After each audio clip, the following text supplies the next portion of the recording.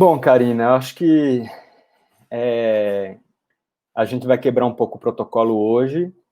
A gente tinha combinado de fazer a agenda, mas eu acho que não teve agenda mais importante nessa semana, senão lembrar, né, do ativismo de Marina Arcoti, que foi uma grande pesquisadora, estava no auge, né, da sua militância, do seu ativismo, das suas pesquisas, uma colega nossa, inclusive, de doutorado, de mestrado, né, da FAUSP, e eu acho que hoje o momento é para a gente fazer essa lembrança, essa memória do nome dela.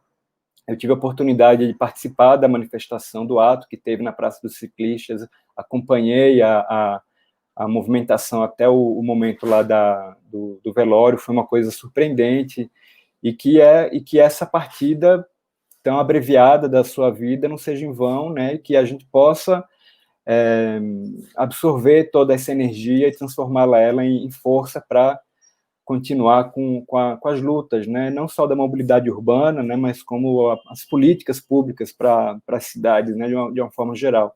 E aí a gente tem uma convidada especial, eu queria que você apresentasse ela e convidasse para a gente poder colocá-la aqui conosco, Karina.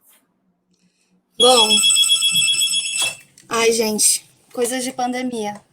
Desculpem. Bom, primeiro eu acho que é uma agenda que eu acho que a gente não gostaria de estar fazendo, mas muito necessária. E ninguém melhor para estar aqui para fazer essa homenagem que a professora Paula Santoro.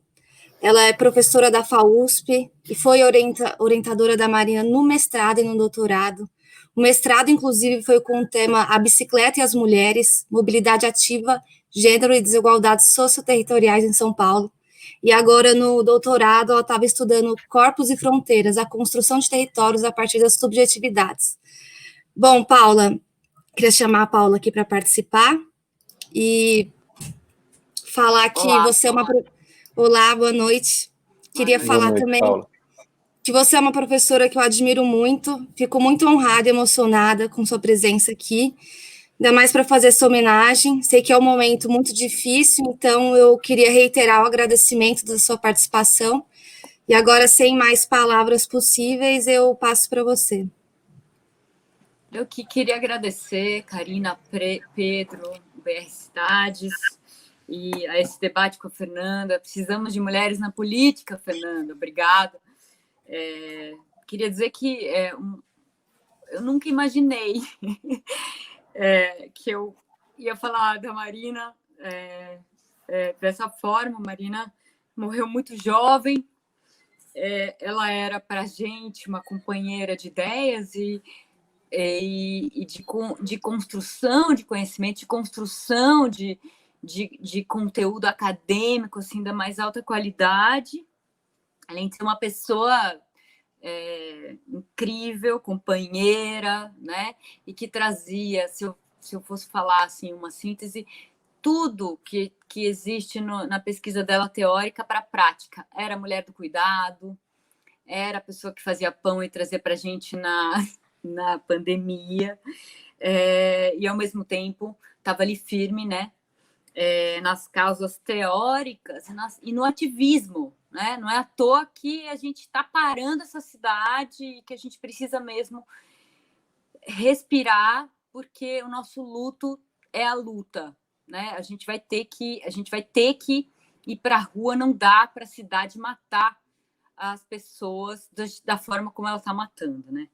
A Marina era uma urbanista feminista que discutia muito comigo e com todo mundo o que é uma cidade para as mulheres, e ela fazia isso a partir da mobilidade. Por ironia do destino, ela foi justamente morta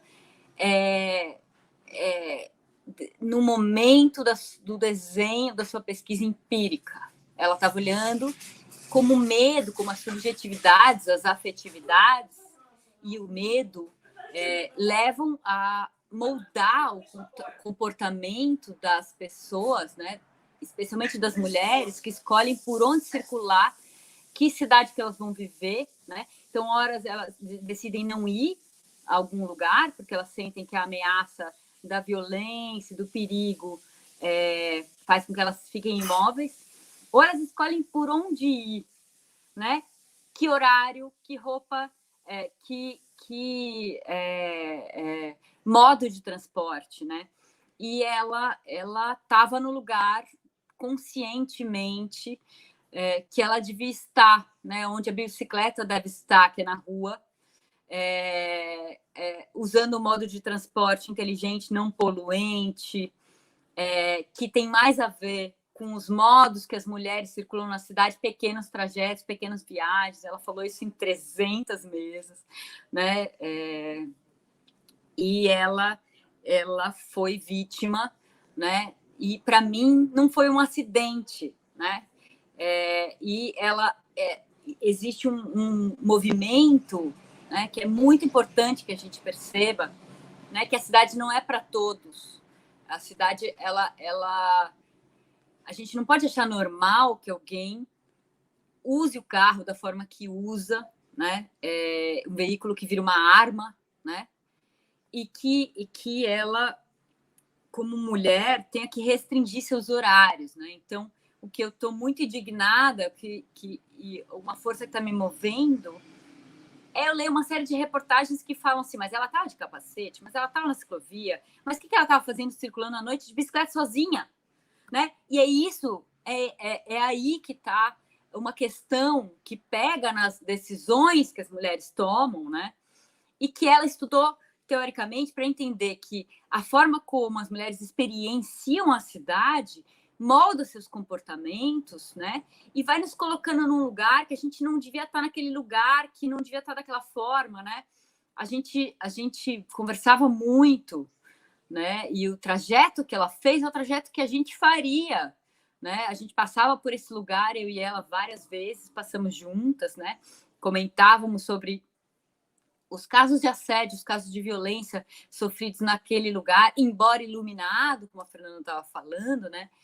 Iluminado depois de uma série de violências sofridas, né? Teve o caso de uma mulher que foi derrubada e ficou completamente machucada naquele trecho, né, de ciclovia. E a gente, eu vou pegar esse não foi acidente, a culpa não é da vítima, né? Não é porque ela estava sem capacete que ela é culpada desse acidente, né? Não é possível que a gente não possa compartilhar espaços, né? A gente tem que aprender a compartilhar espaços da mobilidade ativa. A gente não pode achar normal que a gente ache que uma pessoa não pode andar de bicicleta porque ela não tem espaço na cidade. Isso não é normal. A gente precisa aprender a compartilhar. E o que ela concluiu, a Marina, no mestrado dela, para além de um diagnóstico fundamental sobre a mobilidade em São Paulo, que as mulheres são mais imóveis, que as mulheres são menos motoristas de carro. Sim, o carro é um elemento cujo proprietário e motorista é o homem, que elas andam muito menos de moto, ou seja, das opções individuais, elas são um super exemplo de mobilidade, elas estão nos modos ativos, elas andam muito mais a pé, porque elas têm que fazer uma série de viagens, elas têm que cuidar da família, do espaço de reprodução social, né? Ela conclui tudo isso, mas na hora que ela vai para as entrevistas, ela descobre que a experiência, na verdade, da mobilidade, que essa experiência subjetiva, né, cuja subjetividade é construída a partir de várias formas de opressão que a gente vive na cidade, opressão de gênero, sim, né, que deixa com que me perguntem na entrevista o que ela estava fazendo à noite, né? A pessoa saiu à noite, pode, né? Isso é completamente estrutural, né? Que nos perguntem qual é o lugar da bicicleta, tem que ser dentro da ciclovia. Gente, não existe uma cidade para as bicicletas, é uma cidade onde a bicicleta ela está nas ruas. A gente não vai ter ciclovia em todos os lugares, né? É assim nas cidades onde a bicicleta foi melhor implementada. É assim, isso passa por a gente compartilhar o espaço, né? E por que essas subjetividades moldam a experiência, né? Que a mulher, ela, na hora que ela vai escolher os seus caminhos, ela escolhe a hora, ela escolhe a roupa, ela escolhe o lugar, ela escolhe o modo, né? E Marina escolheu. Marina escolheu poder sair à noite. Marina escolheu andar de bicicleta, né? Como um modo de transporte que seria muito saudável, muito importante para essa cidade cujo trânsito mata e é um problema de saúde. Um problema de saúde público, a quantidade de gente que a gente mata, a Covid tá tentando chegar, né? Mas o trânsito já mata, né? Sem a gente achar que é uma pandemia, há muito tempo, né? Mata por questões de poluição, mata, enfim, por acidentes, né? Ironicamente, Marina morre, né? Nesse momento, por um carro, por um homem, provavelmente em velocidade, que não a socorreu, né? Então eu queria pedir assim que a Marina, e eu tô num esforço de sair do luto e realmente transformar essas pautas em luta para a gente aprender que a gente precisa compartilhar. A cidade, a Marina estava no lugar certo, ela escolheu o caminho que eu escolheria, né? Com base nas decisões que as mulheres tomam para viver a cidade, né? Para viver com liberdade a cidade que a gente quer viver, né? Então, é muito importante a gente levar essa pauta adiante, né? E ela era uma urbanista feminista, né? Então, a gente está falando muito sobre cicloativismo, né? Mas a Marina deu uma guinada na vida dela na vida acadêmica, na hora que ela percebeu no mestrado, né, que era importante entender a experiência da mulher para viver a cidade, e aí ela expandiu, né? E ela viu que não dava para falar só de mulher, que a gente tinha que falar das várias formas de opressão que acontecem sobre os corpos de forma diferente. A interseccionalidade entra com muita força acadêmica, né, no trabalho dela, e ela vai olhar para o corpo como território, moldando esse lugar, né, onde a gente consegue ver as formas de opressão desenhando a cidade. Eu consigo delimitar um território LGBTQI+, consigo desenhar, consigo dizer por onde as pessoas circulam, né? E que pode ser uma autossegregação para que a gente tenha lugares de liberdade numa cidade que não nos aceita como grupos, né? Peguei esse grupo, mas poderia falar territórios negros, né? Poderia falar territórios da prostituição, né? Poderia falar de tantos territórios, né? Que vão desenhando de forma segregada, de forma separada a nossa cidade. Ou porque a gente quer, porque a gente precisa estar entre esses grupos, né?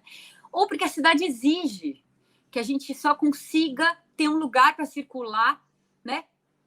Nesse território, ou dentro da ciclovia, essa ideia de que bicicleta tem que estar na ciclovia. Gente, para a gente estar na cidade andando de bicicleta, a gente tem que estar em todos os lugares, a gente tem que poder estar em todos os lugares, né? Então, por isso, é muito importante a gente entender esse salto que ela deu academicamente, né? E que eu espero que a gente consiga homenagear. Eu vou me esforçar e eu agradeço, Karina e Pedro, pelo convite, porque eu acho que a gente vai ter que fazer isso juntos.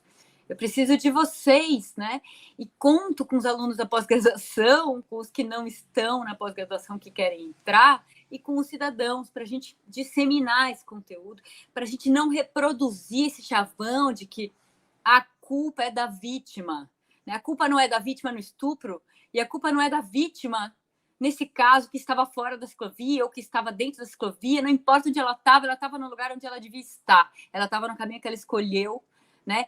Tanto na hora da morte, como na trajetória acadêmica, né? Ela foi moldando, ela foi se transformando, ela foi abrindo, e a gente perdeu, desculpa essa fala emocionada, mas para mim a gente perdeu um tesouro acadêmico, e a gente vai ter que homenagear muito ela. Desculpe falar muito aqui.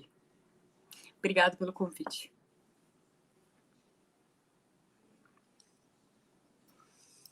Ai, Paula, obrigada a você. Nossa, é uma fala muito necessária. Estou completamente emocionada, sem palavras, na verdade. Pedro, se quiser completar. Paula, a gente só tem a agradecer pela sua disponibilidade de prestar essa homenagem. A gente sabe que está todo mundo muito carregado, à flor da pele, né? E você que tem uma relação, tem ainda, porque Marina vive, tem uma relação muito forte com ela, de orientar, né, de ser essa mentora, né, nesse caminho, nesse trilho, nessa ciclovia da vida dela. Eu acho que é muito importante. Inclusive, a gente agradece imensamente pelas suas palavras, né, que coloca o nosso programa de hoje em outro patamar, né, e a gente também fez uma homenagem do Meia Hora. Eu também acho que o BR Cidades tem um papel importante na pauta da agenda, especialmente da mobilidade, como a Fernanda estava falando, né? E a gente viu a mobilidade ativa sendo pautada por quilômetros de ciclovia. Marina estava na ciclovia, né? E morreu. Ou seja, a ciclovia não pode ser mais apenas a única pauta da mobilidade ativa.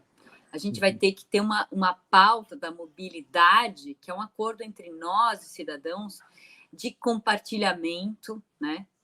E de educação, que a Marina conclui no mestrado dela. Estava até olhando aqui, né? Que eu quero muito ser precisa, mas ela conclui nas entrevistas dela de mestrado que é a política de educação que vai nos fazer poder compartilhar espaço, né?